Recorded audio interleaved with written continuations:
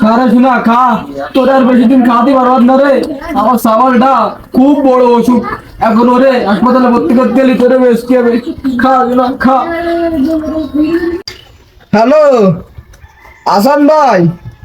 হ্যাঁ ভাই, আমার ইমার্জেন্সি ভাবে আমার গরুটা বেচতে হবে ভাই, আপনি একটু আসেন দিনই। হ্যাঁ ইমার্জেন্সি ভাবে বেচতে হবে ভাই, আসেন। আমার এই দৃশ্য দেখে আমি বাপে কিভাবে সহ্য করি, গরুর যা দাম আমার বেচতে হবে। তুই চিন্তা করিস না মনি, আমি যে কোনো কাজে তোর চিকিৎসার ব্যবস্থা আমি করবো, তুই একটু হাসি খুশি থাক। তোর দুঃখ দেখি আমার কলজেটা ভাসে যাচ্ছে মনি, তুই একটু হাসি খুশি থাক বদন।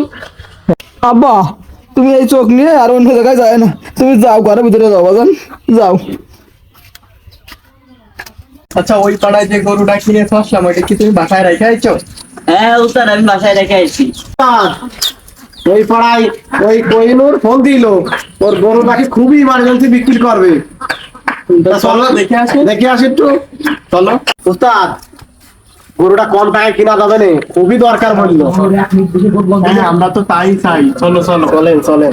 এ কোহিনুর ভাই, এ বাড়ি আছেন? হ্যাঁ ভাই বলেন। আপনার গরুটা দেখতে আইছি, ওই তো ভাজনরে নিয়ে আইছি।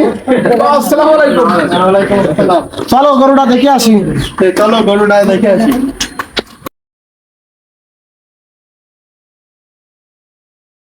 ভাই গরুটা কি দেখেছেন? হ্যাঁ দেখলাম তো, চলো তালি বাইরে যেয়ে নিয়ে লাইন করি। চলেন চলেন ভাই। আয় ভাই কোহিনুর ভাই আয়। ভাই ওরা গেছে, যাক শোন, ওর সাথে একটা কথা আছে। তুই তো জানিস আমার সামারটা কি অসুবিধে, দেখিস ভাই গরুটা তো একটু দামে হবে বেচা যায়। তুই টেনশন করিস না, তোর গরু যাতে ন্যায্য দাম বিক্রি হয় সেই ব্যবস্থা আমি করতে থাকি। তারপরে কিছু রাখছে না। আচ্ছা, হাসান ভাই শোন, এখন গরুর তো দাঁড়া নিচে পুঙায় গোশ নেই, এখন গরু তো কিনতে হবে। তাহলে দেখো দামদার কার সাথে করবো, তোমার সাথে করবো না সে কবে? না আমার সাথে করলে হবে না ভাই, বলেন তারপরে দাম। এখন সে তো বুঝতেই পারতেছেন অসহায় মানুষ, দাম একটু দেখেন, একটু ভাই ভাই দিয়ে হবে কিনা। এখন দাম তো বলতে হবে। 50,000 কব? কি কই ভাই, একটু বাড়াই শুলাই দিয়ে, আমি বুঝিস না আমার এখন অসুবিধে, একটু বাড়াই শুলাই দেখ কয় কিনা। তোর গরুর তো দাঁড়ার সমস্যা, তোর গরুর তো দাম দেবো। তোর গরুর এরকম সমস্যা না হলে দিতাম রে, তারপর আয় দেখতেছি।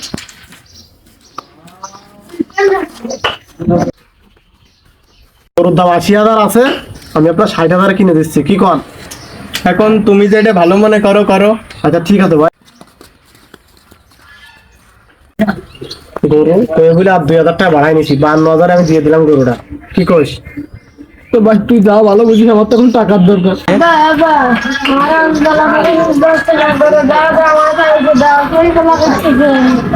চিন্তা করিস না মনি, তো গরু বেশি বলাইছি 52,000 টাকায়, তো যা করে কাছে নিয়ে যাওয়া তুই চিন্তা করিস না।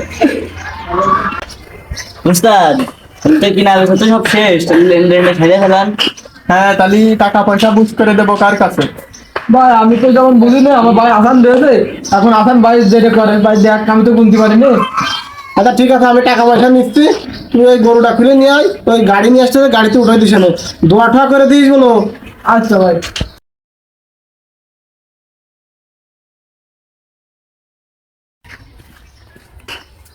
গরুটা কিনে কিন্তু ভালোই জিতেছেন আপনি। হ্যাঁ, এরকম অসহায় লোকজন আরো পালি, তুমি আমার খবর দিও, গরু আমার আরো লাগছে, টাকা নিয়ে তুমি কোনো টেনশন করো না। আব্বা তুমি আর চিন্তা করো না, শোনা গরু বেঁচে বলা কালকে টাকায় তোমার বড় দাদার কাছে নিয়ে দেওয়া না, শোনা তুমি আর চিন্তা করো না।